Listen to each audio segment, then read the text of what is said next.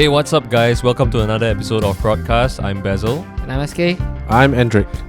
This episode is gonna be like a little fun, I guess. We've had a couple of heavy topics come our way recently, and we thought, maybe we should do something light to just end off the day, because we're recording this at the tail end of the day after a few heavy topics. So right now we're gonna be talking about something that is very familiar to the three of us. Something that came up last week when we were watching Loki and when we were watching Ultraman Trigger. Which, by the way, if you want to watch, get our reactions to these two shows, you can hop on over to our YouTube channel, or you might be already watching it on YouTube now.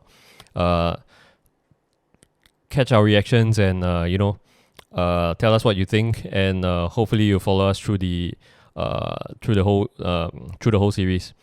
So today, we're gonna be talking about how wonderful and how great it is to be a fan of geek media, Geek culture. I think that's copyrighted.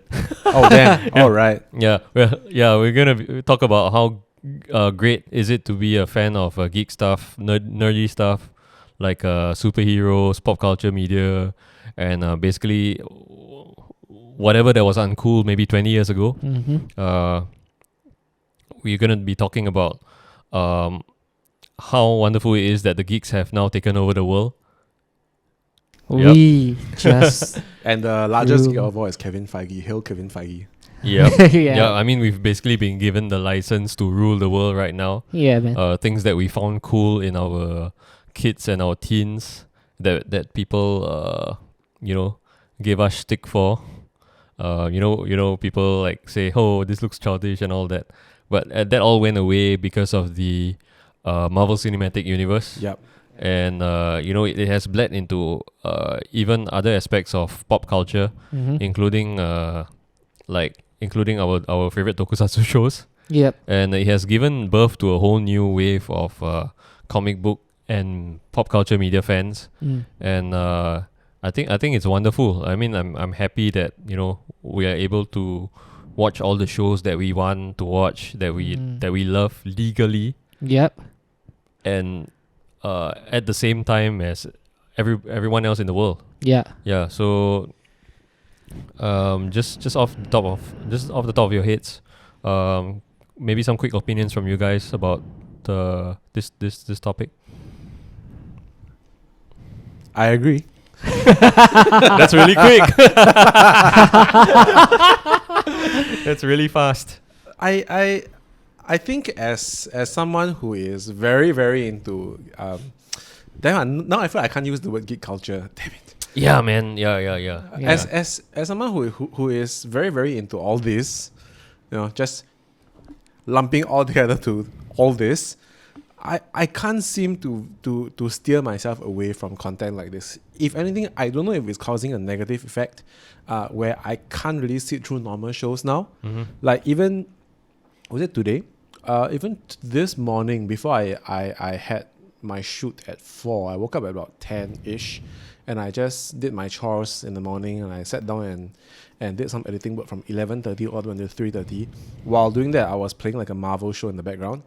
I was rewatching for the I don't know how many times Captain America: The First Avenger, and it still holds up. What a wonderful holds film! Up really, really well. Yeah. And I think the in that show, the villain Johann Schmidt. What's the guy's name? The actor?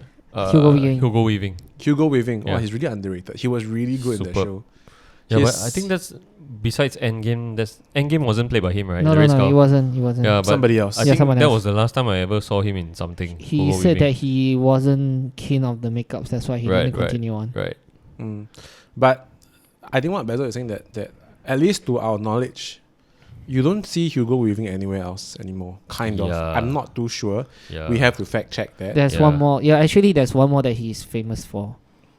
Matrix. V for Vendetta. No. Matrix. No. Lord of the Rings also. Oh. Yeah.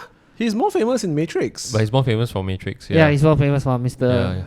Yeah. what's that? Agent Smith And he was Megatron, right? Oh yeah, Transformers. yeah, Was he? Yeah. he was the voice of Megatron. Oh, really? Yeah, Yes, in the Michael Bay Yeah, Formers. Really? Yes, Yeah, yes. Bayformers, Yeah. jeez. No, but you see, I mean, even if Michael Bay's Transformers was just a mess, right? A mess of explosion. I mean, it was at least entertaining in a sense, and it brought Transformers to the masses. Yeah. Yeah, Yeah. it did. And Yeah. it introduced us to Megan Fox. So Yeah, I don't know how you guys feel about Megan Fox. I'm still like, yes, Megan Fox. ship kind of sailed for me a long time ago. Yeah, I think more or less me too. Yeah, Why? I don't really. You listeners can't see it now, but SK is looking at me with judgment. Why not being Megan Fox? Is it? No, okay. Huh? What does the fox say? How about you, SK? Gosh, there was a period of time when people just don't understand the things that I liked. And I finally realized that over the last few years, like I can... Oh, one good thing about being a geek at this stage is there was a time when people... Like, being a teacher and you are geek, and right in front you have a bunch of kids who literally just sat down there and when they are bored and you came out with something that is like, things that really resonated with them, they will be like, oh my god, they got so excited. Like, I had this catchphrase that I tend to use right now because I don't want them to swear. So whenever one of them actually started swearing, I did the typical Captain America thing by going language. What would Steve Rogers think? Yeah, and those who knew where it came from suddenly burst out laughing. Burst out laughing like all the way, like, oh my god. Yeah. Are you sure that they're not laughing at you just because you boomer? No. I literally just go language. I mean that literally is the reason why they were laughing at Steve, right? Because he boomer. Yeah, right. Yeah, that was literally he's like 100 years old. Yeah, he's way before Boomer. yeah. Yeah. But they knew the reference. That's why they were laughing also. Like, oh my god, see. Captain America, that kind of thing. I see. Yeah. So I tend to... It helps a bit when I'm doing my line of work because suddenly the age gap and the generation gap seems to be close up a little. Oh, I've had a similar experience like that when I was still doing teaching. I remember the days when I was a student in secondary school. I think I was probably the only one in class who watched like Ultraman and Kamen Rider. But when I was teaching in I would say 2013 or what, I think around that time lah. Yeah. I actually saw a bunch of boys sitting at the back of my class watching Kamen Rider. They were huddled in a corner with their phone and then they were like, wow. I think it was Kamen Rider O's or something at that time. Oh. Yeah. So Yeah. So I was like, I walked over, I wanted to tell them to like go back to their seats and pay attention, right? So I walked over and I was like, wow, Kamen Rider. And then the kids suddenly, they just looked up at me and then they were like, Cher, Then I'm like, oh. You should have said, yeah, I Ichigo. I show you photo. and for me, it's like, oh, I know. I was the OG, man. Yeah. You know what's the fun part about this is like, O's, it was also coincidentally O's. I was doing in one particular school, I was off work, so I was theoretically I wasn't supposed to be disciplining any kids. And it was this boy who brought his DX O's belt, and it's really the Kamen Rider O's belt in the foyer. And he was playing with it. So, me, being the typical geek that I am, I walked towards the kid and I asked him, because he was doing it wrongly, and I just go, I'm gonna teach. Yeah, do you want me to teach you what's the right way to henshin? Jeez. So I literally did the whole thing, and I also guide him along for the whole thing. In school. Yeah, you never go up to him and ta toba. You know what? I feel like doing so. No, you just wear a green suit, but your hand is there. yeah. So it was pretty cool, and the kids suddenly look at me and go, "Who is this adult? Like, why do you know all these things?" And it's like, wow. Yeah. I don't think I've ever came across anyone outside of my social circle that I take train or whatever, and I see someone like just watching Kamen Rider. I don't think I've ever experienced that yet. Well, but it's a very interesting experience. Yeah. I mean, the only time that I got together with a community that like at least half the people or quarter of people who like the same things was when I was in ITE was when I first met. Ah. It was when I first met. Yeah, that guy. that Okay. guy. So that was the only time after I met you guys, and after that it's just pretty much on my own. But that is tokusatsu. But when you talk about like more mainstream or more American versions like Marvel or DC, then of course they are a bit more.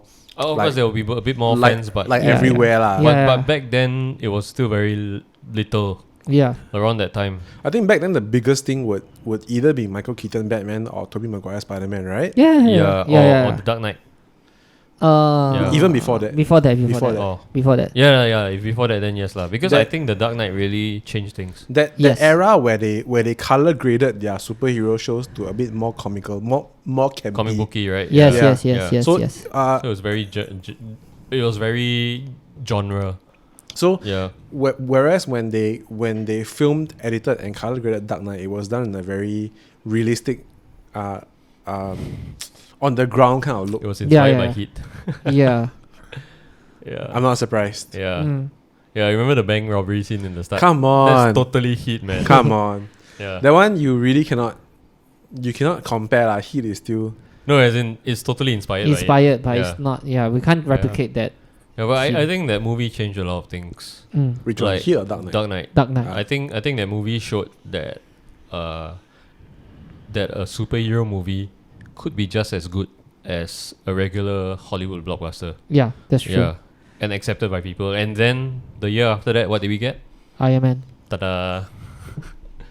Yeah, and Iron Man is one of those that also changed a lot of our perception about how superhero movies are. Correct. Yeah, it was very powerful. Really, Iron Man? Yeah. I think Iron Man. Well, Iron Man came along. It was nice. People enjoyed it. Yeah. And then after that, they revealed the plans to have like Avengers, and then Yeah, yeah. people were skeptical. Mm. And then they did Thor. They did the Captain second America. Iron Man movie. Yeah. Then they did Captain America. Mm. And then when they finally did Avengers, they did the 2 Hulk movies. Was it 2? No. The Hulk was The one Incredible Hulk with Edward Norton. that one was immediately after Iron Man 1. Yeah. Iron Man. Then people were still skeptical when Yeah, they yeah. said they're gonna do Avengers. Mm. But when Avengers happened, they still had that same comic booky look Oh yeah. that the Tobey Maguire Spider-Man movies had. Mm. But when they did Avengers, suddenly it exploded. It became like all over the place. Mm. Yeah, it's like they hit the jackpot with the Avengers. Yeah. They have given people enough time to change their skepticism about Avengers, because prior to that there was Iron Man, there was Iron Man 2, Yeah. there was Captain America, there was Thor already. Yeah. So most of the main Avengers were already introduced by that point. Yeah. So they already had 3 to 4 movies to instill confidence in the masses. Correct. Yes. And even though I do agree that the Avengers way was dealt with in a slightly more campy way, Yeah. Mm. but by the time people were already like, hey, this is great. They're already used to it. They're already used to that. Yeah, but I think what makes suddenly that perception to me, it's not Avengers that made everybody thought that suddenly the perception of superhero movie changed a lot. Actually, the one movie that made everybody realize that perception, especially towards Marvel movie, is actually The Winter Soldier.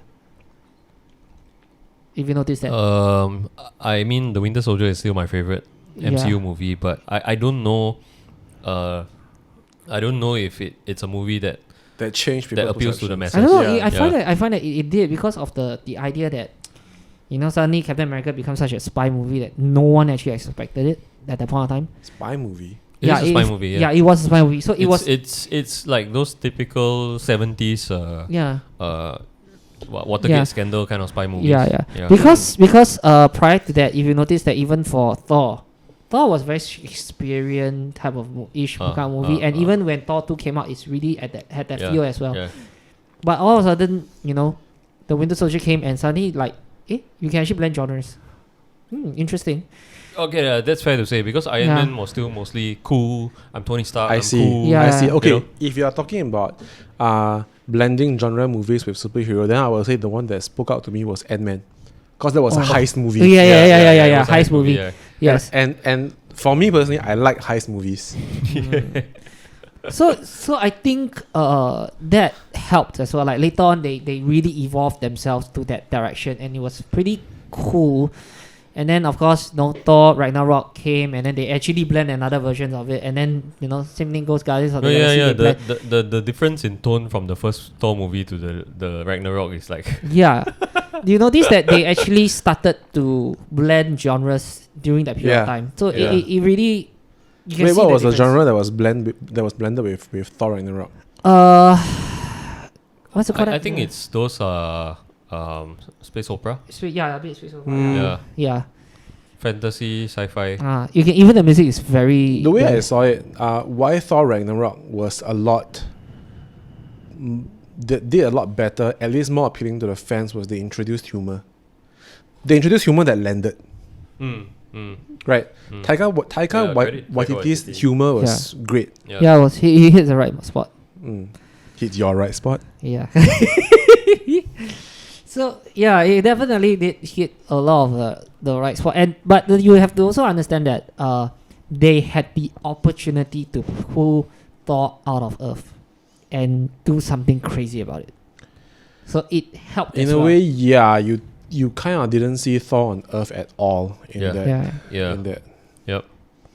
Even though they had like one small portion of them on Earth, but speaking of Thor, right?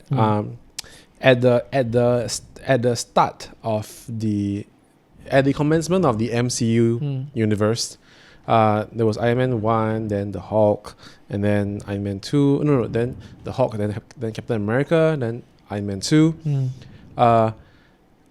Just 4 to 5 movies that first came out, I think I had the biggest reaction at the end of Iron Man 2, the after credit scene where you see Agent Phil Coulson going to this desert. Oh, when they found the hammer. Yeah, they found the hammer. And then the camera slowly pans to the hammer, and then you hear the thunder sound effect. Yeah. The people in my cinema cheered, and that was a great environment to be in. And that's crazy because that was Iron Man 2. That was in 2010 when you don't even know whether the character Thor has like critical mass recognition. Yeah.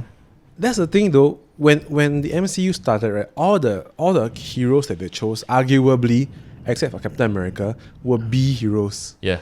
Yeah, that's true. Back then, even in the comic books or in the I cartoons, would say right? even Captain America was a B-list hero. Yeah, the only one that managed the only A is Spider-Man. Yeah.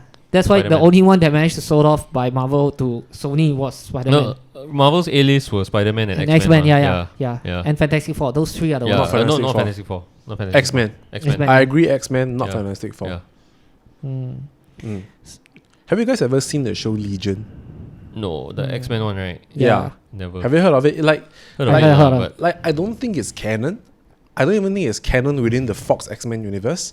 Like, it is its own standalone show with hints that Legion is a son of Professor X, I think. Oh, that's interesting. Yeah. But my girlfriend watches that show and she really, really loves it. My girlfriend loves anything to do with X-Men because she finds that it's a whole community of people, and everyone has a different power. There is not one character with the same power. Yeah. So she really digs the whole aspect of that, because every episode or every movie when you watch, you tend to meet a few new characters with different powers. Yeah, that's true. What do you guys think of the Fox X-Men movies?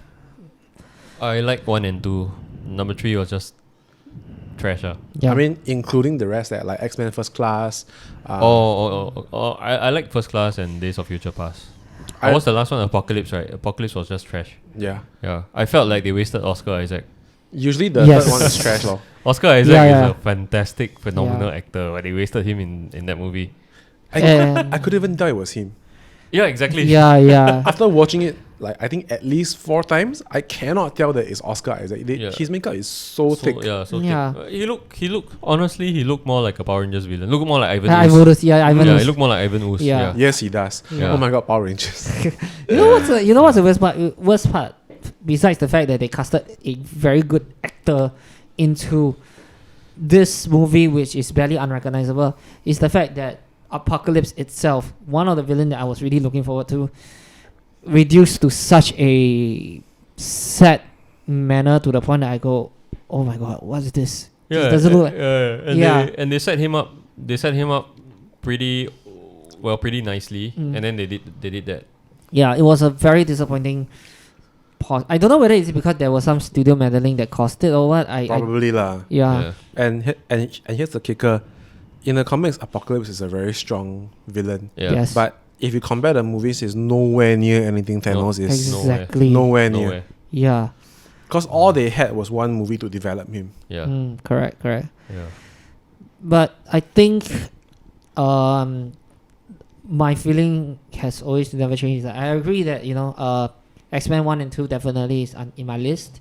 Then First Class, Days of Future Past definitely is in my list as well. And it actually was Logan that really... Yeah, Logan is also the one that I loved a lot. Yeah. In fact, I would say that before Logan came out was these four. But when Logan showed up, I was like, you know what? I think nothing beats it. I have an unpopular opinion. I actually quite dig X-Men Origins Wolverine. Oh. I quite dig it. I don't remember much of the movie. It's fine. Yeah. It's fine. Yeah. What was the one where he went to Japan? The Wolverine is the second one. It's called the Wolf. Yeah, the Wolverine. Yeah. Not okay It's okay lah. but I quite I dark. think the actress Tao Okamoto quite pretty. Yeah. Which one? The one that played the daughter of the. The Oh, I mafia see. boss. Oh, the Yakuza boss. Yeah, Mafia. Yeah. The. I was just happy to see Hiroyuki Sanada. Yeah. He's in Hiroki Sanada is my favorite Japanese actor. Yeah. favorite Japanese Hollywood actor. Favorite Japanese. Actually, he Really, of all time. Yeah. Wow. Yeah, actually, I love That's high it. praise. Yeah, Yeah. and believe it or not, I took notice of him when he was acting in The Ring. Oh yeah. Oh, that's a while right, ago. he was in The Ring, huh? Correct, Yeah. correct. Yes. And I love his action. His acting even in that period of time. So, oh gosh, I can't believe it. It's like almost like 20 over years that he's around, Yeah. and this guy still looks. Did you know that Hiroki Sanada was in Tokusatsu? No. He was a stunt actor with the Japan Action Club. If Seriously? I'm not wrong, he was in Changeman. Ooh. Yeah. Wow. Yeah. He was the stunt actor for Change Pegasus or something. Did you Yeah. guys watch Mortal Kombat? No. The latest You one. should. I'm not a fan of Mortal Kombat. Yeah. I'm not either, but you should. Oh my god, I Which have one? such Which one? The one, the Yeah, the original one or the newest one. Or newest one? The No. newest one with Hiroyuki as Scorpion. Oh, It's great. Is it? It's good. It's good. It's good. I have a Mortal Kombat joke for you. Let me let me pull it on my phone. Let me find it. Okay. Did you know that Mortal Kombat theme song is actually based on an old Scandinavian church song? What? what? Yeah. It's a Finnish hymn. This is so good. Oh my god. I've showed this joke to my girlfriend. She rolled her eyes. I've showed this joke to another female friend of mine. She rolled her eyes. I showed this joke to a male friend of mine. He was like, finish him. Oh my god. That separates the boys from everyone else. As long as in your head you said, finish him, you're a boy. Yeah. But yeah, I mean, if you get a chance, you really should watch Mortal Kombat. If it's free on Netflix. It's not free on Netflix, but I have it. I can send it to you guys. Shit, I don't think we should include this. Yeah, you shouldn't say. Yeah. Now I have to cut it out. But yes, you should watch it if it comes out on Netflix. Okay. I think I will definitely Go watch buy it. the Blu-ray. Yeah. No, I'm not gonna buy a show that I don't really want to watch. If it's on Netflix, sure, Yeah. I can watch it if I'm bored. It's on if- HBO Go. I don't have HBO. Go. Yeah. Me neither. Get it. No point. Yeah. It's not bad lah. I mean, if you want to compare it to the campy's 90 version, it's better, but there is one thing that the 90s version has that is better in spades than the new movie. Shao Kahn, the actor. Oh. He's the only Shao Kahn I recognize. Anyway, since you're not really a fan of Mortal Kombat, we can steer away from this topic. Yeah. Hiroki Sanada, a very good actor. Yeah, superb. You know when what was the first movie that I saw him in? The Samurai. The Last Samurai. Oh yeah, The Last Samurai. Ah. Yeah. It's arguably my favorite Tom Cruise movie. Right. Yes. Oh, my favorite Tom Cruise movie is Collateral. I've Have you never guys seen heard of that. the movie? Yeah, I Heard of it, I've never seen it. when he was Basically, Tom Cruise plays a villain. an assassin Yeah. who hires Jamie Foxx's taxi Yeah. to take him around to various locations in LA where he has to. He's a hitman lah. So Yeah. various locations in LA where he has to complete his job and then send him to the airport. Mm. So on the second hit, Jamie Foxx finds out that he's a hitman. That Yeah. was quick. Yeah. And then So he no choice but to take him through the night lah. And get this, Mark Ruffalo plays a detective. And you don't recognize it's Mark Ruffalo. why not? He looks so different in the movie. I'm gonna check it out right Yeah. now. Check it out. Yeah. Mark Ruffalo Collateral. It's one of my favorite movies of all time. Mm. And also because it's directed by Michael Mann. No wonder you watch it. The Last Samurai was Yeah. was Oh one of my. jeez! Oh my god, he doesn't Let me look. see. He looks nothing like Mark Oh, Ruffalo. wow, interesting. If Yeah. anything, he looks more like a Italian mafia. Let me see about that. Let me. Wow, he looks. Yeah, he looks like a typical. He's an LAPD detective. Oh my god. Damn. Yeah, and I think what's interesting about that show is also, if I'm not wrong, it was the first show that was shot on first big budget Hollywood film that was shot on digital. Oh. Yeah, Oh. one of the first that was Mm. shot on digital. Yeah, Well, I would say that. 2004. Yeah, I would say that. My favorite. No, my favorite movie, Tom Cruise movie to date is Don't say Mission Impossible. no Age of Don't Tomorrow. say Top Gun. Oh, Age of what? Age of Tomorrow. Okay. That's not bad. Yeah, that's Age of Tomorrow's not bad. Yeah, Last Samurai Because is Emily just Blunt. to me is no Last Samurai is just is basically to me is just because I love samurai cultures a lot, that it was something that I enjoy. But in terms of storyline, the moment you have watched Dances with Wolves, it was almost like you can't unsee the similarities. That's to me. So I ended up like, oh okay, it's just because it is samurai, there's swords fight, there's talk about Bushido. Okay, I'm good. Samurai. Yes, Wow. Hey, apparently Collateral is on Netflix. I'm gonna It edit. is? Yeah, it's on. Yeah. It was. I'm gonna add it to my I list and didn't watch know. it this weekend. I didn't know. It's But yeah. You guys should watch Age of Tomorrow. It was cool. It was I've watched it. We've watched it. It's great. Yeah. We agreed with you. Oh, okay. I thought. Right? We did, Yeah. right? Yeah, I watched it Multiple only times. once, but it was Yeah. great. Yeah. Okay. I mean, not to be blunt, Yes. but Age of Tomorrow to me is great because of Emily. John Krasinski would like to have a word with you. yeah. Michael! Water. You know that joke? No.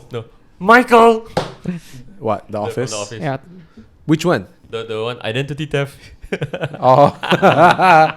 Wow, I love The Office. Yeah, man. Yeah, and shows like The Office also contributed to, a rise in pop culture. There's fandom. Yeah. fandom Yeah. and stuff like that. Big Bang Theory Yeah. also. Big Bang Theory and things like that. Friends. I Yeah. mean, I'm not really a fan of Big Bang Theory. Modern Family. Modern Yeah, Family. yeah. But Modern Family's fandom is not as huge as Office. Mm. Of course. Yeah. The Office fandom is crazy, man. I tried getting my girlfriend to watch. She cannot stand it. She The cannot. Office? Yeah. She Why? cannot Because of stand Michael how Scott? stupid Michael Scott is. But that's the whole point. Yeah. That's the whole point. That's why I told her. I said, if you can't stand the format of the show, you won't be able to sit through the rest of the seasons once Michael leaves, and you won't be able to sit through the British version of it. Oh, Yeah. yeah. Yeah. Because David Brent, right? Mm. Ricky Gervais. Ricky Gervais, Oh. no, his character is David Brent. Right. Yeah, I think he's a lot worse, right? It's a Yeah. lot worse. Ricky Gervais is hilarious, man. Oh my god! Speaking of The Office, right? I've had the longest crush on Jenna Fischer for the longest time. Is it Mm. She hot okay lah? You don't think so? She's I so don't hot. think so. I think they did very well to play the, to put you in the shoes of Jim. Yes. they Yeah. did. But then Modern Family came along and Claire Dunphy. Claire for you, Yeah. Gloria for me. Yay! I'd love to meet Sofia Vergara, man. I heard she's damn hilarious in real life. I don't know what to say to her if I were to ever meet her. I heard she's hilarious. Yeah, she knows how to dish. She knows how to take and dish jokes. Yeah. So I guess she did. Oh my god! You have to take that. Oh my god. Jenna Fischer. Yeah. Okay, she has fished me. Okay. Gosh. I've caught her hook. Oh my god. Oh, the puns are just non-stop on this one. But I'm sure if Chris were here, his puns would be better. Yeah. Yeah. So yeah, a lot of I think in the past 10 to 15 years, a lot of the rise of fandoms and it has mainly been due to the rise of the internet. Yeah. Yeah, correct. and because when back in the day without the internet, we are the generation that still remembers the time before the internet, right? Yeah. So when we enjoy our hobbies and if we were the only ones within our immediate circles, we would feel very isolated. But with the internet, that's actually allowed people like us to meet and to get to know each other Yeah. and to basically form fandoms and start communities and discuss our favorite shows. And it's great because we don't feel like we are alone in enjoying the stuff that we like to enjoy. Yeah. What makes it even more exciting is the fact that we are also using this ability to connect to people who are having the same interests outside of Singapore. Yeah. Yeah, this is something Yeah. that I think it helps because suddenly the whole entire perspective that you are alone became so much different. Like you have widened your perspective so much because of that. Yeah, and it's definitely a powerful feeling. Like, oh my god, like whatever they say, oh, I used to think that way, so I'm not alone.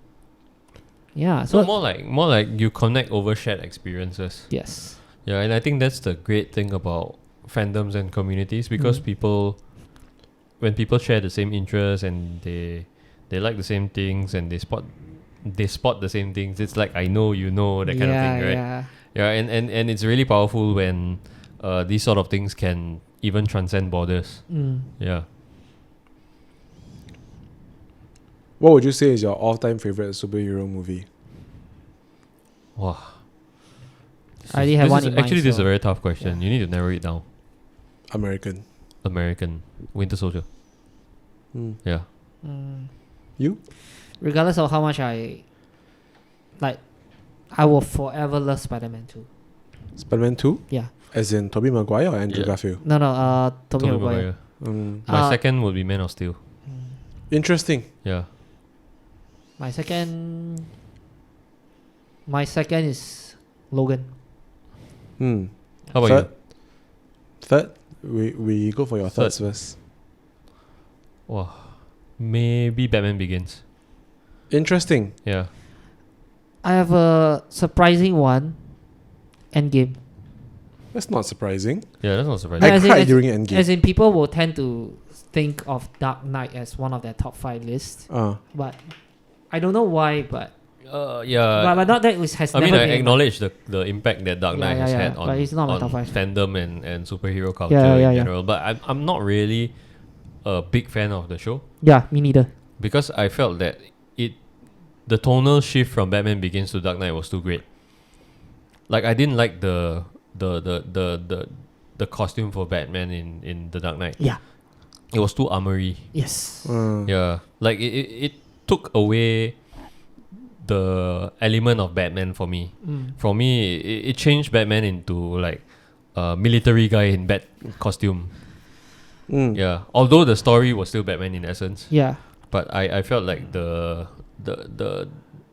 production design didn't really capture Batman as I knew Batman to be. Yeah. For me, actually, I have a different opinion regarding that. Why I don't really like it is really because of simply exposition. Oh. Too many. Really? Yeah, I mean, as in, I used to like it a lot. Then as I start watching it over and over again, and as time goes by, you realize that gosh, it's draggy and it's Right. kind of Because they talk too much. for me, the Nolan trilogy, right? Yeah. Each movie was very tonally different. Yes. Batman Begins was very. It was still like you can recognize the Batman elements. It still retained a bit of comic book factor to Correct, Yes, and yes, then yes. there was a lot of browns, Yeah. a lot of brown hues and everything. And then Yeah. you go into Dark Knight and everything's blue. very cold. Yes. Everything is very cold, very realistic. And then after that, you go into what's the third one? Dark Knight Rises. Yeah. It's a which bit is- orangey. Yeah, which is I don't know what they're trying to do with that. Yeah. Probably a bit of a war tone to it. Yeah, it I don't know why, but Dark Knight Rises, because of the opening scene, right? It had like some sort of like freaking act of valor kind of Yeah, vibe to yeah, me. yeah. Yeah. A little. Which one? Wait. The third. How did it open? The plane, Yeah, the the plane. plane hostage. Ah, Yeah. I see. So it became like some military movie to me. Yeah, yeah. Yeah. That's why. And Yeah. and Batman was in costume for like what, 25% of the movie. Yeah. Yeah. Well, yeah. Yeah. It was more to develop the Bruce Wayne character. And Catwoman. Oh, Rises. Oh, yeah. Yeah. That's true. Yeah. Yeah. I think my favorite would be Captain America's Civil War. Oh. Civil War. Yeah, because that is when we got introduced to Spider-Man. We got introduced to Black Panther. Right. And it was technically not an Avengers movie, but it was like a mini Avengers movie. It was. I didn't really like Civil War because it's Iron Man 4. Kind of, little Yeah, bit, kind of. yeah. Yeah. But I think what I liked, was it that? Oh no. Okay. Yeah. So to me, I do like Civil War. I like that it.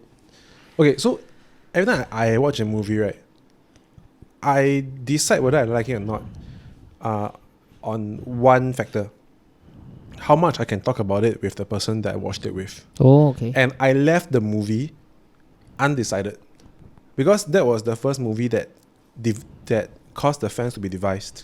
Yeah. You know, Yeah, that divided fans. Yeah. It's either you are Team Tony or Team Cap. Yeah. Yeah. Okay, and it was one of the first few MCU movies that I left not knowing which one was the better one.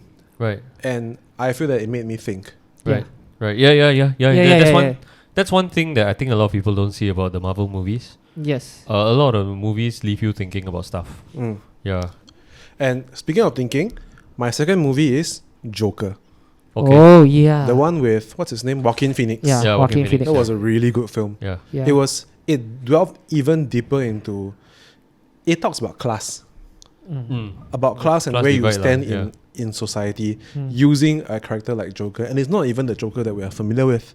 It's a totally new Joker. Arthur Fleck. And and they were able to use that to highlight the current problems nowadays. Yeah, that's true. And I would say the third movie I like is a little bit more lighthearted, would be Guardians of the Galaxy. One or two? One. I'm not such a big fan of two. I think Yeah, two me neither. two they went a bit overboard. I saw the father twist coming from a mile away. Yeah. Yeah. So which I agree, because two, it didn't seem like a Guardians movie. It seemed like a Star-Lord movie Yeah. with the Guardians as Calafest. Yeah. But one is you really feel about the Guardians, and heck, the character that saved everyone at the end is someone that we all never expect, which is Groot. Yes. Right. I mean, I didn't like so much that they introduced Baby Groot. I'm not a huge fan of Baby Groot. Yeah. I'll say first, it's cute, but I felt that they were banking on the cuteness just to sell merch. Yes. Yeah, just like Baby Yoda. Yeah. If I can name a fourth one, I would say it would be The Dark Knight. Purely, I mean, there are things I didn't like about it, but there are things I love about it. So I loved how it also tackled current affairs at that time. It actually is still happening now. And I love the performance from Heath Ledger. Did it have Catwoman? No, not exactly. No, not yet. No. I wasn't. Two-Face. Yes, it had Harvey Dent. That was great. Harvey Dent. But there is one side Can we character trust him? that actually also performed really, really well, and nobody really said much, which was James Gordon. Yeah. Yeah. He was a really strong character in the Yeah, second Gary movie. Oldman was compared to very the good first in all three and the movies. third. Actually, Gary Oldman was fantastic in Yeah, all three he movies. says. Yeah. Yeah.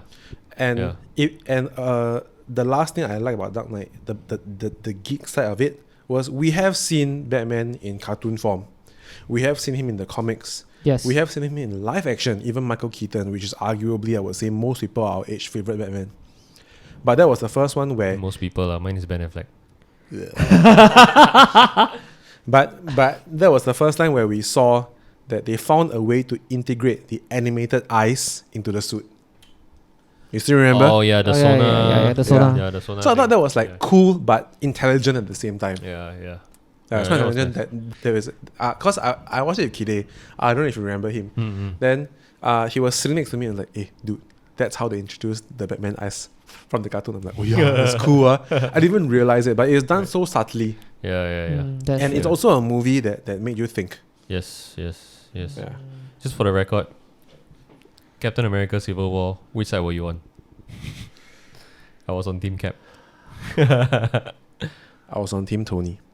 I was To be actually on honest, Team Tony. Yeah, I was actually on Team Tony. I'm a Captain America fan, but hearing from both sides, I feel that that Steve Rogers was acting out of what he wants. Right. What Tony did, what Tony did was acting out of the majority. Right. Because Cap has always been, if you can save one person, save him. But Tony is, if I can save 100 but kill 10, I'll kill the 10. Right. Yeah. Right. Right? Cannot kill, but sacrifice them. Yeah. Yeah. So I guess if you compare it to current affairs, I would choose that. I guess I'm a bit more optimistic than you guys. No, It's the ethical question of if you are controlling a tram and you can choose to change lanes. One lane, you kill somebody, you kill someone that you love. The other lane, you kill 5 people that you don't know. What would you do? Yeah. So that is essentially that ethical theory deployed to a movie like that. Yeah. I'll turn around and ask this question. What if Bucky was not brainwashed to do what he did and he was legitimately doing it? Like he legitimately did what he did maliciously, including blowing up he was being framed right now. But what if it's really him and he wasn't brainwashed or he wasn't framed, but he legitimately do all this action? What do you think will be the position that Captain or Steve Rogers in this case, whatever his action did right now, would it be justifiable? I think he will still save Bucky. I think no he'll matter still what. save Yeah, he will Bucky, still say, but it's no longer. It becomes a selfish act more than. That's a good question. Captain Yeah. America, in a sense, he's just like Superman, no? Mm. Yeah. Yeah, They're hopeful individuals. yeah. So But what SK asked was a very good question. If Bucky wasn't brainwashed, if he wasn't controlled by Hydra and he did it out of his own free will, would Captain America have a different stance? Yeah. So what he's doing is essentially he's just changing the one element. But I can change the narrative in that way also. Because let's say if Bucky wasn't the one that killed the Starks, yes. would Iron Man want to hunt him down so badly? No, he did. Actually, he would still hunt the person who killed them lah. he was hunting. Yeah, but if it wasn't Bucky, Just that they wouldn't have Civil War. they wouldn't have that thing, lor. Yeah. They actually added a very powerful thing is both of them have emotional baggage at the end of the clash. Yeah. They're complex characters, lah. Yeah. That's all I can So say. it makes it powerful that if we put them aside, both of them are doing technically the right thing, but it was the circumstances that no one is right. Because if you ask me why I lean more towards Captain America's side, right? It's because I feel that I agree more with Captain America that superheroes shouldn't be sanctioned or controlled by the government. Yeah, they should work in tandem, but they shouldn't be like working under. Because if you do that, then superheroes will be beholden to the motivations of the government of the day. Yeah. While that is true, my argument would then be, first of all, the Sokovia Accords wasn't just tying them to one government, it was tying them to the UN, multiple governments. Yes, they will have their own agendas, but at the same time, if people with superpowers, if people with superpowers, don't say superheroes, if people with superpowers or with special abilities are not governed or are not accountable, bad things can happen. It's the same exact thing as if Superman went dark. Yeah. The whole world can implode. Yeah. He can easily explode. Of course, you can have a fail-safe for that, but I don't think it should be in the form of legislation. I mean, Yeah. lah. It's like trying to control a feral dog with a string, lor. Yeah, like you see, Superman doesn't work for the US government. Yeah. Again, it boils down to then if we want to talk about this, I always feel that anything that you do will have collateral damage. And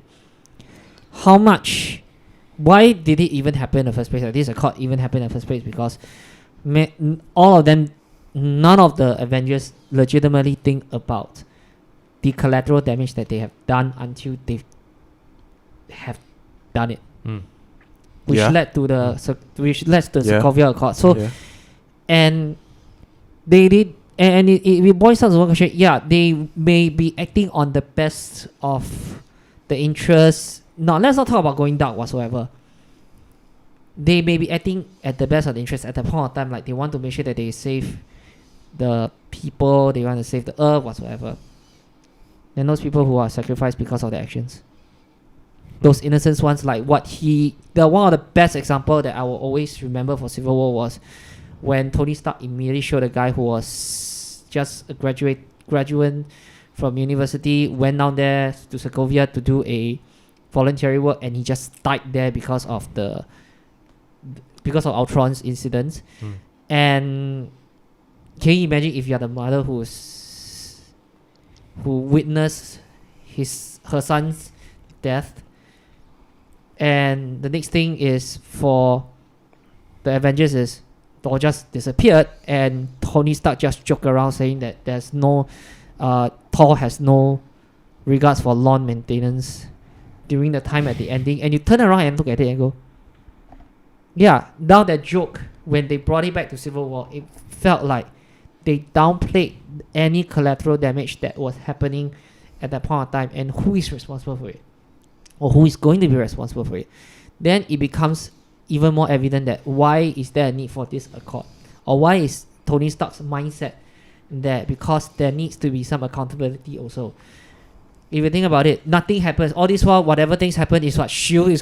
is gonna cover them, or Nick Fury is gonna cover them. By the time there was no S.H.I.E.L.D. already. Yeah, so there's no S.H.I.E.L.D. Then whatever actions that they do now, they have to be more responsible for it. But right now, prior to Civil War, there wasn't any thought about that. I mean, just speculation. I think my opinion is, I think Tony went ahead and agreed with the Sokovia Accords simply because it was the current best thing to keep everyone accountable. Yes. I believe if in the future, say there was another way to keep everyone accountable, he would have gone for that too. Yes. I think without the Bucky factor involved, Captain America would have done that too. Yeah, I guess so. Yeah. That's why I felt that in that movie, Captain America was acting on selfish reasons while proclaiming that it's not. Yeah, okay, maybe. But Yeah. I still believe that he was right lah. Yeah. So, at the same time, for Civil War to happen, Bucky needs to... It needed... the person who killed the Starks needed to be Bucky. Correct. To be Yes. someone that Steve Rogers held really close to Correct. him. Correct. Because, after all, if anything, Bucky was a martyr. Correct. Yeah. So, without that, there's no Civil War, which, if anything, Black Panther was even involved because King T'Chaka died. Yeah. He was collateral damage. Correct. Yes. That's why he was involved. Correct. Yeah. And but if you think about it, even T'Challa realized that Stark was correct, because during the time he was doing what Captain America was doing in the opposite direction, he was seeking revenge. And until he realized that, if I ever were to do what if I were to seek that vengeance, I'm indirectly becoming what the father was trying very hard Yes. to stop. Yes. So that's why he was becoming what his dad didn't want him to become. Yeah, that's why when Baron Zemo about to commit suicide, he was the one who stopped Baron Zemo. So it reinforced the idea that what Stark was saying was absolutely important in a way to me. Yeah. Because the thing is, he has, in fact, Stark was even more impartial, and he was very critical of himself even more, because if you think about the previous movie, The Avengers 2, he was the one who was responsible for all the mess. And he is willing to put himself there, not just the fact that he felt that this is the best thing that was needed. He's also looking at the fact that he screwed it up, and he himself wants to step up and say, dude, I'm responsible for it, and I'll make it up for it. It's powerful. And lastly, I think to sum it up, I think whatever that Tony decided on is basically the slogan of Spider-Man. Yes. With great power comes great responsibility. Yes. And he just wanted him and everyone else in the team with that power to be able to account for it. Kind of That's a bit off about it, topic. no? Yeah, kind of a bit off topic, right? I realized that this Civil War did way better than the comics. I didn't read the comic book, Yeah. so I read the comic book. I find it. I read the comic books too. I honestly preferred the comic book. I was a big. I hated the. Wow, that's such a strong word. No, I don't know why. Okay, it would have been fine if they. It would have been fine if they didn't twist it into that realm of. The realm of everybody now becomes evil. That kind of mindset, including Captain America. So it's kind of like what? I guess that they also indirectly created that dynamic in the movie, but I think very hard to go into comics because comics are going to be very messy. Yeah, and it was kind of messy also. That's how I felt. But if I can talk about one thing from the comics, right? You know, how before the was it Endgame? Yeah. Endgame or Infinity War? Either one, wait. Endgame. Before Endgame came out, they retconned something that the comics did, which the fans hated. So before Endgame came out, there was this comic that came out a couple years ago, where it was a Captain America issue, and then at the very end of it, right, it revealed that Cap was thing, right? Cap was a Hydra sleeper agent. Yes. So at the end, he said "Hail Hydra," And then the fans went crazy with that. What the heck? Captain America has always been a beacon of light. You know. Then I love that they included that in Endgame, but they used it differently. He still said the words anyway. It was done so well. It was very smart. It was very smart. It was very smart. So I mean, coming back to the topic that we were discussing, I think we veer off really very fast. Wow, we are still in the topic of fandom. What? Yeah. I mean, that's what we do. I mean, I think I think like having all these like comic book references and stuff like that is great.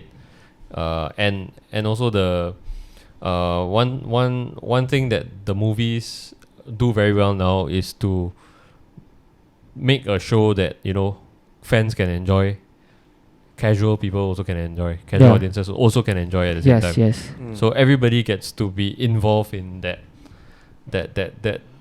It's become an event basically. Yeah. Like when Infinity War and Endgame were out in the cinemas, right? Yeah. It was like it was something that a lot of people felt that they had been built up to. It was like a whole 10-year thing that people have been following for a while. So everybody looked forward to Infinity War and Endgame as if it was some event. Yeah. As if it were the World Cup finals. Yeah. Yeah. So that's kind of amazing for fandom and superhero media. Yeah. To I mean some people still sneer at it and all that, but for superhero media and geek media to actually have that respect and adoration by the general audiences now, I think that's a wonderful thing. Yeah, I really think that's wonderful. And it also even on a smaller scale of things, movies like that helped friends like us gather and talk about it. Yeah. Like we share opinions like hey, I'm Team Iron Man, you are Team Cap, why and why. And the best thing is we don't try to change each other's opinions. Yeah. Like Basil has his right to say he's Team Cap and why. We have our right to say we are Team Iron Man and why. And then just share ideas. It prompts conversation to deal with real life. Yeah. And I think that's what these shows do really well now. Like we mentioned earlier, right? That they blend genres, they make you think. Yeah. That's what makes longevity up from anything, any I think any creative work actually. I think in maybe 5 to 10 years time, people will actually maybe people already are. Yeah. People will actually accept the Marvel Cinematic Universe movies, right? As good material for academic research. Hopefully. Yeah. In fact, for to especially in film theory and pop culture theory and stuff like that. And in fact just now I think Andric brought up a very powerful point. As I always do. Yeah, he said he actually, because he mentioned that he watched the first Avengers, Captain America the first Avengers, and he actually said that it still holds up now. Yeah. That it does. That creates, that's what, again, is bigger than the geek fandom and all this kind of thing. But the topics within certain movies in the MCU are still relatable in the current times we are in. Yeah, exactly. Yes. So it it really makes us feel that as a geek, we Except for Thor. yeah. But because of the fact that we were exposed to this as compared to many other people out there, sometimes we were ostracized during our younger days. Like, I don't know. I use a very pretty strong word, ostracized. For thinking about all these things as compared to other people say it's a waste of time. Yeah, it's a waste of time. Bother, yeah, blah blah blah. And then you realize that actually all these things that we talked about, we knew about all these things even before the MCU even happened, because we read comics, we watch tokusatsu, like environmentally friendly via Ultraman's concepts. These things suddenly, people start taking things serious when we have already done it years ago. That made me feel like I'm proud that we are quite ahead of our time at times. Well, I think this shows like the Marvel Cinematic Universe movies have actually opened up superhero movies to the general audiences in a way that they say, hey, it's a superhero movie. Yes, the characters are superheroes, they have superpowers, they live in a world that's similar but different from ours. They have like multiverse and all that crap, right? But at the end of the day, right, these are characters with problems that are relatable. Yes. These are characters that have hopes and aspirations that all of us also have. Yeah. So and these are characters that deal with problems that we all can find some familiarity in. Yeah. So I think that's the most important thing. And these shows also, like you mentioned, the environmental aspect of it, going so far as to say even like social commentary and stuff like that. Yeah, all these shows, they have it all. Like there's a different flavor for everybody. Yes. And it doesn't matter whether the main character is a human or a superhero with superpowers. Yeah. Yeah. The as long as it's a good story, it has good characters. I don't see why it should be any different from like a regular blockbuster. Yeah. Or even a multi-million-dollar like art house film. Yeah. But at the same time, it proves that's kind of oxymoronic. Yeah. No. But at the same time, it really proves that it doesn't matter. Like you said, it doesn't matter whether it's superhero films or what. Story and relatability. Those are the two things. Yeah. So on that note, I think we've spoken for about an hour. Yeah. Any last thoughts from you guys? I have one last question to ask you guys. Yeah. I'll get your opinion. Mm-hmm. What are your thoughts about Robert Pattinson as Batman, as the next Batman? Interesting, right? Interesting. Yeah. I'm actually not that turned off by it. Did you see him on The Lighthouse? Not yet. It's this black and white movie. Not yet. The moment they announced, it's shot on a 4x3, right? Yeah. Not yet. The moment they announced he was going to be Batman, I went to look at The Lighthouse and I realized that that dude looks good in black and white. Yeah, he has the chin. The reviews I've heard, I mean, I haven't seen the movie myself, but the reviews I heard is he has a lot more range than we thought that he had. Because other than that, he's just more well known in Twilight and Harry Potter. I think he's suffering from the same problems as some other actors lah. Like you do a like teen romance movie at the start of the career, and then people all remember you for that kind of crap. Yeah, lor. Like another example is Matthew McConaughey. Yeah. Before True Detective, nobody thought he could do dramatic acting. Actually, it's not True Detective. It was way before that. Dallas Buyers Club. Oh, okay. Yeah, it was actually Dallas Buyers Club, which let everybody, because he stringed himself down to he actually slimmed himself down massively. Yeah, just to act that role, and he got an Academy Award for that. So when he was then he got to do True Detective. Yeah, so when I saw Robert Pattinson in The Lighthouse, I looked at how because the film was shot in black and white, right? So I looked at how he was framed in the show, like how the light and shadows interacted with his with the shape of his face and everything. I was like, wow, actually he can be a good Batman. I think he can be a good Batman. I think I just don't like the costume though. Yeah, I think so far for anybody who has been casted as Batman thus far, even a lot of people can call me wrong for George Clooney. Like so far, none has disappointed as Batman. None. Really? Okay. No, I personally think that's his opinion. Yeah. Respect I think George Clooney I'll put it this way. George Clooney is a brilliant Bruce Wayne. Yeah, he is. He does have the playboy look. Yeah. When he was acting as Batman, it's almost like okay. Just put it this way: he's just an Adam's Batman, but it's still somewhat along the line of what the movie was supposed to portray. It's just it was bad. I That's all. think that movie was just The movie was bad. That's weird. Wonder what was Joel Schumacher smoking. all. Yeah. So, but overall, I think none of the Batman has ever been miscast in a way, and that made me feel confident that whoever is gonna take over that is gonna be right in a way. Yeah. So You finish your thoughts first. Yeah. So I mean, I'm not gonna judge Robert Pattinson so far. Not until you see the movie. Yeah, not until I see the movie.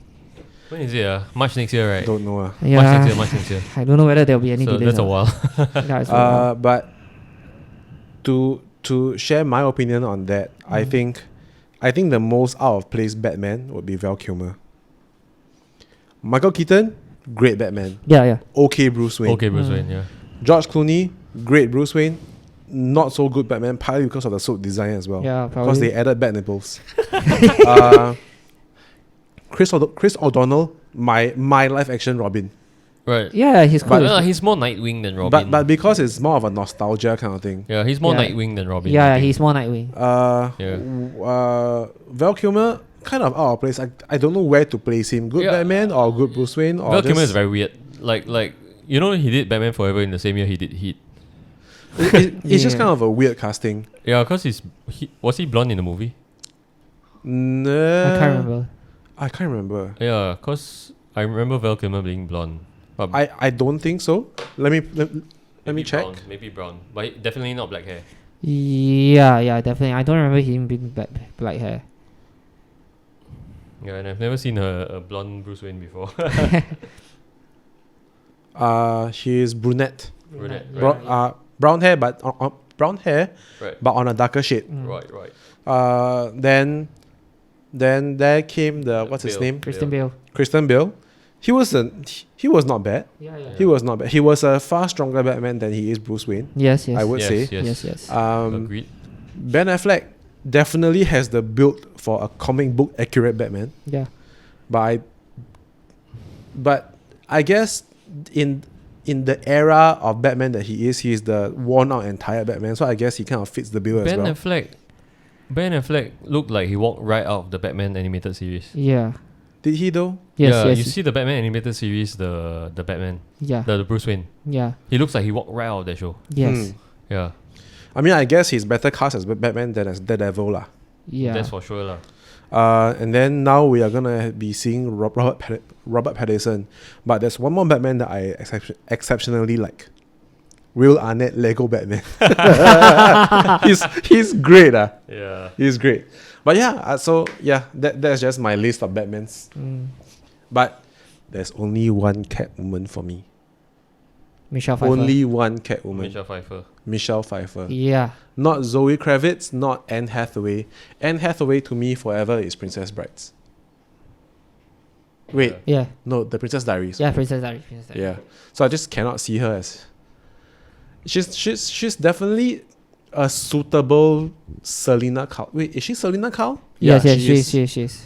I see. Yeah. Yeah. That's like totally Ben Affleck. Yeah. She is a suitable Selena Kyle for Christian Bale. But I don't know if she envelops Catwoman as a character. I think Michelle Pfeiffer made it her own. Yeah. But arguably, I don't think y'all will fight me on this. The worst Catwoman is Halle Berry. Yeah, definitely.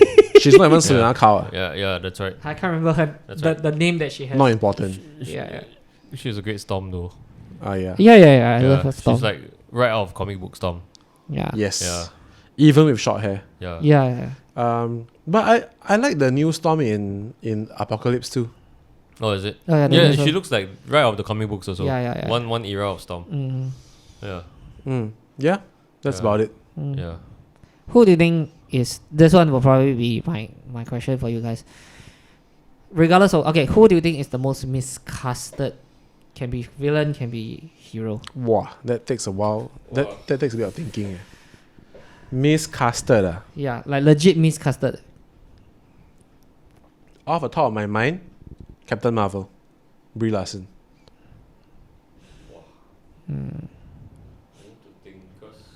Dude, you know we can't hear you, right? He tried to. I'm thinking. Yeah. I need to think. How about you? Yeah, if you ask a question, I'm sure you have an answer already. Yeah. The most controversial one, I guess, Andrew Garfield as Spider-Man. Is it? I like him as Spider-Man. I genuinely don't like. I like him as Spider-Man. Yeah. I think like Andrew Garfield as Spider-Man. Yeah. I don't know why. I just couldn't. Yeah, he has that kind of.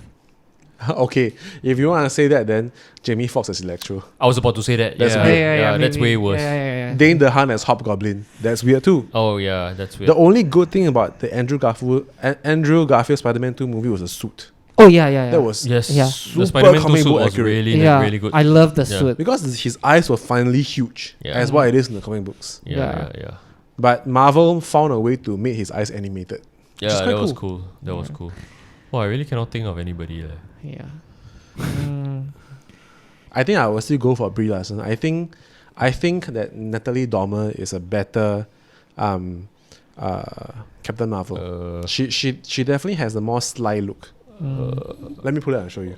Jim Yeah. Carrey as Riddler. Oh yeah. Yeah, but in the era, who else but him? Yeah. No, it's because of he was. Then what about Tommy Lee Jones as Two-Face? Oh yeah, that was. Oh bad yeah, too. that was that was really- terrible. Yeah. Yeah, you like I don't. Eyes to see you. Yeah, Arnold was bad as Yeah. yeah. Yeah, as I said. Basically, almost like those two movies, most of the casting quite off. Yeah, definitely. Yeah. Or even Uma Thurman as Poison Ivy. That was the most okay one actually. Compared to Okay, in that era, all the Batman films, the Michael Keaton era, the best villain is Penguin. Oh The yeah. one freaking give me nightmares. Yeah. Really, I think the Joker also not bad. No, Jack Nicholson's Joker He's good. He's Yeah. definitely good. I just thought that Danny DeVito did better as as a the penguin. Penguin, and the makeup was great. Yeah, the makeup was great. yeah, it's not just that. It's also the fact that the ending of it was powerful. I love that. No matter how much people say that it was violent, I love that ending. The ending Okay. was the best. Tell me this doesn't look like she came out of the comic books. Oh yeah. Oh yeah, it really does. Yeah. Yeah. She really looks like Captain Yeah. Marvel already. She had that Yeah. smirk also come. Yeah. Yeah. Yeah. So, yeah. Okay. I do have one final one before we end it. Unless you also want to add something else. You know that upcoming. So everything else that we talk about for the past hour is things that happened in the past. Let's talk about a bit in the future. You know that upcoming, the biggest things that we're gonna see is Fantastic Four and X-Men being introduced in the MCU. Yeah. Who is your dream casting of the Fantastic Four, and who is your dream casting of the mainstream few in X-Men? Wait, I think we already spoke about this. Did we? Yeah. Fantastic I Four think definitely is gonna After be- the Loki. Yeah. I can't remember. Yeah. Please refresh my mind. Yeah, I mean we said John Krasinski and Emily Blunt, right? Yeah, it has to be them. Yeah. Oh right. Yeah. Yes. Okay. Now I remember. Yeah. Okay. Fine. X-Men then. X-Men. Who do you want as your Wolverine? Who I do really you? don't know. I really have to go with new actors or actresses. For Okay. that. Let's go for 3. I know. 3, 4. Cyclops, Professor X, Magneto, Wolverine, and if you dare, Gambit, because Gambit has always been my favorite X-Men character. And they blew it with the live action one. Gambit. Yeah. Honestly, even though I ask question, if you ask me, I don't necessarily have an answer right now. Also. Yeah. Yeah, me neither. Because I want them to really give me new actors or actresses like I think unknown this kind of ones. thing you can't really like. Very hard to give names out of the top of Yeah. your head. Must go Yeah. and Yeah, I research guess. a bit first. I guess. Yeah. Do you like Tom Hardy as Venom? I didn't watch Venom. Oh, Yeah, that's fine. Because I, to me, if there's no Spider-Man in the movie, I'm not interested. Ah, Yeah. I'll give it. I'll do it. I'll do it this way. This is a completely different Eddie Brock. So it's different from the one Yeah that lah. we're familiar with. So there's no way to judge. He is his own character. yeah lah. I mean, I'm not asking you to compare to the movies. I'm not asking you to compare to the comics. I'm just asking, just based on his performance. It's just like what a lot of people tend to say. It's just the mask. Okay, but He's just acting like the mask. let's say let's not cast our X-Men. Mm. Let's not put actors there. Mm. When the new X-Men movie comes out, what's your lineup? I want to see. yeah. I want to see Gambit. I want to see Jubilee. Okay. they kept teasing Jubilee in the other movies, but they They had never the actress really play used her. her. You're right, yeah. They had But it, but they never showed I them. want Jubilee. Yeah. I want a different lineup. I mean, minus Professor X, but probably give me someone else. You can establish the rest, but the main characters or the main focus of the show should be someone else. Like the animated series, initially it was Jubilee, which is the main focus. One of the One of the one of the main focus. So I want something like this rather than having just to give me Wolverine again as the main character or to run it just because he's popular. That's my thought. Because that's what made Fox initially. That's caused Fox the problem. I see. Okay, personally, I would want them to go back to the original X-Men lineup, which is Jean Grey, Cyclops, Beast, Angel, and Iceman. Oh yeah. So that means no Wolverine. I Yeah. think that would be great. Okay, in the X-Men original movies, I think one of the best castings was maybe not the best lah. But one of the castings that I quite enjoyed, not the best, is Ellen Page as Kitty Pryde. Thought she was quite cute. Oh. Yeah. But you cannot deny that Sir Ian McKellen and Sir Patrick Stewart did really well. Yeah. Oh, those two were just like, wow. Patrick Stewart is right out of the comic books, man. Yeah. Yeah. I completely He stepped right off the page into the wheelchair. Yeah. Yeah. Yeah. No, serious. Like seriously, he's just like, wow. Exactly the same. You know what's the weird part or not? I am a huge fan of Star Trek's the new generation, which is where he was Jean-Luc Picard, and there was a long period of time I totally forgot that he was Jean-Luc Picard because of him acting as Professor X. It was legit. Yeah. Until like a few years later when they start doing a lot of those kind of like reviews on Star Trek movies and all that. Oh my god, I forgot that he is him. Oh. Yeah. Wow. He was that powerful. He's such a good actor. Do you have a final question, Basil? No, I don't. Okay, I don't. Sorry, because this is about fandom, so I cannot help myself. Yeah. I have one actual final one. I promise not to ask anymore after this. No more. That's kidding. Opposite of what he said. Who you think is best casted? Oh. Let me go first. Go ahead. Ryan Reynolds, Deadpool. I think I will have to go for that. Best casted. Yeah, Best casted. Robert Downey. As Tony? That's Tony, yeah. I will have to go with Ryan Reynolds. Yeah. Yeah. I think Ryan Reynolds. I think Robert Downey was perfect for Tony Stark because of his own history. Oh yeah. Yeah, Substance abuse. it's basically him. Yeah. Yeah.